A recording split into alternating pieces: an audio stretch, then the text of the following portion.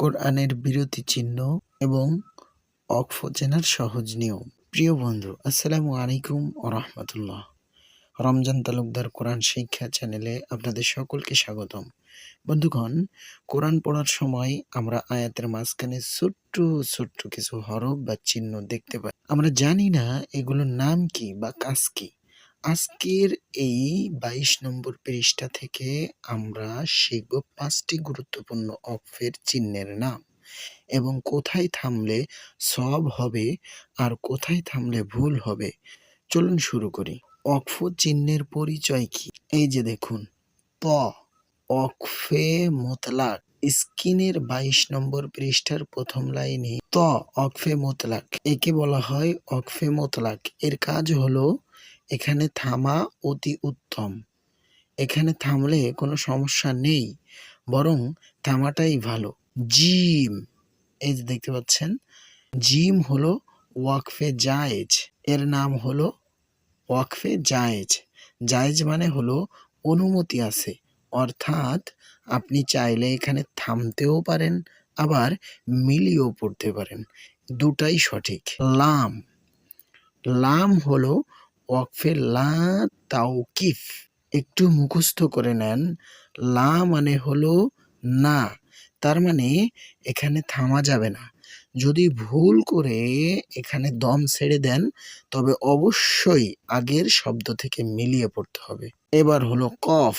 কফ হচ্ছে ওয়াকফে কিলা আলাইহিল ওয়াকফ। কফ হলো ওয়াকফে কিলা আলাইহিল ওয়াকফ। কোরআনের বিভিন্ন জায়গায় ছোট ছোট কফ দেখতে পাবেন, ছোট ছোট লাম দেখতে পারবেন, ছোট ছোট ত দেখতে পারবেন। এগুলো সব কিছু তো এই পৃষ্ঠায় নাই, তো জাস্ট আমি দেখিয়ে দিচ্ছি যে এই ছোট ছোট হরফের কি পরিচয়। এর নাম হলো কফ। এই কফ যদি কোথাও থাকে, এর মানে হলো এখানে না থেমে মিলিয়ে পড়াটাই বেশি ভালো।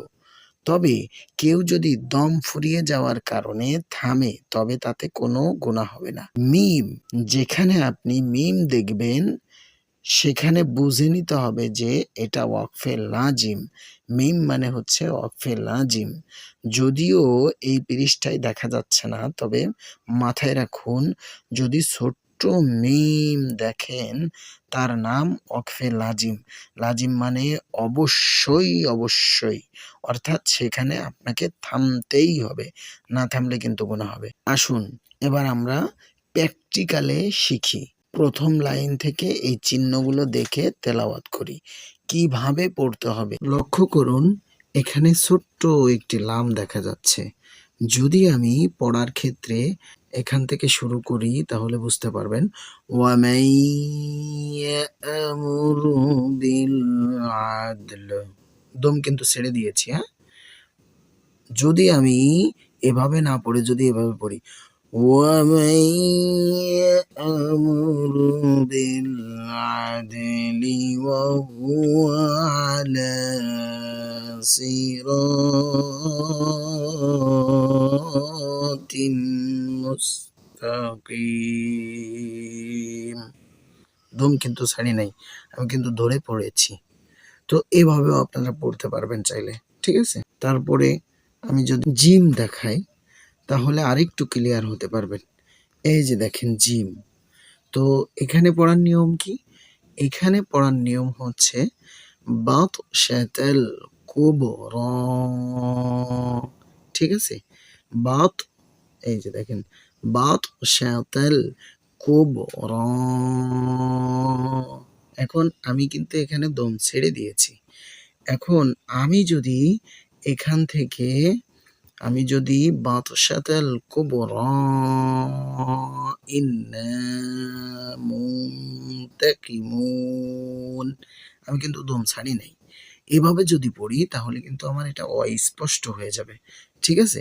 এজন্য এই জিম যেখানে দেখবেন এটা কিন্তু ওয়াকফ, তো ওয়াকফের উপরে জিম রয়েছে। অনেক সময় এই ওয়াকফ থাকে না, শুধু জিম থাকে, ঠিক আছে। সেখানে এই যে নিয়মটা আমি শিখালাম, এই নিয়মটা মেনটেন করবেন, তাহলে গুনাহ থেকে বাঁচতে পারবেন। এবার আসেন আমরা ত ত থেকে শিখব। ত কিভাবে পড়তে হয় দেখতে পাচ্ছেন, এখানে একটি ত আছে অক্ফের উপরে, অক্ফ চিহ্নের উপরে একটি ত আছে। তো এই তটাই যদি আমি এখান থেকে পড়ি, আইসা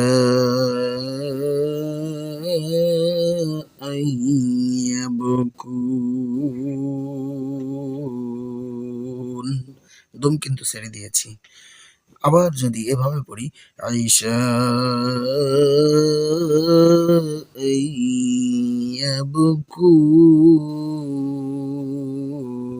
আইয়াবকুন ক্বালা রাব্বি ইশরাহ লি, দম কিন্তু ছাড়ি নাই। তো এইভাবে যদি আপনি পড়েন তাহলে কিন্তু আপনার পড়াটা হবে না। ত চিহ্নে অক্ফ করা উত্তম। যদি আপনি না করেন তাহলে কোনো সমস্যা নাই, আপনি পড়তে পারবেন। এবার দেখুন এখানে একটা লাম চিহ্ন আছে, এই যে লক্ষ্য করুন এখানে একটি লাম আলিফ চিহ্ন আছে। এই লাম আলিফ চিহ্নগুলোতে সাধারণত অক্ফ করা লাগে না, অক্ফ না করেই পড়তে হয়। যেমন সদরি ওয়ায়াসসিরলি, ঠিক আছে? এভাবে দম না ছেড়েই এগুলো পড়তে হয়। আর যদি দম ছাড়েন তাতেও কোনো সমস্যা নাই, ধরে পড়তে হবে। যদি দম ছেড়ে দেন তাহলে পরবর্তীতে ধরে পড়তে হবে। তো বন্ধুরা, আপনারা বুঝতে পারলেন, যেখানে লাম আছে আমি সেখানে না থেমে মিলিয়ে পড়ছি, আর যেখানে ত আছে সেখানে সুন্দর করে দম ছাড়ছি। সুপ্রিয় দিনী ভাই এবং বোনেরা, এই চিহ্নগুলো মেনে কোরআন পড়লে আপনার তেলাওয়াত হবে আন্তর্জাতিক মানের। আজকের ক্লাসটি ভালো লাগলে লাইক দিন এবং এই চিহ্নের নামগুলো খাতায় নোট করে রাখুন। আগামীকাল ক্লাসে আমরা আরো নতুন কিছু শিখবো ইনশাআল্লাহ তাআলা। সকলকে আমার অন্তরের গভীর স্থল থেকে ধন্যবাদ জানিয়ে আমি আজকের ক্লাসটি এখানেই শেষ করছি।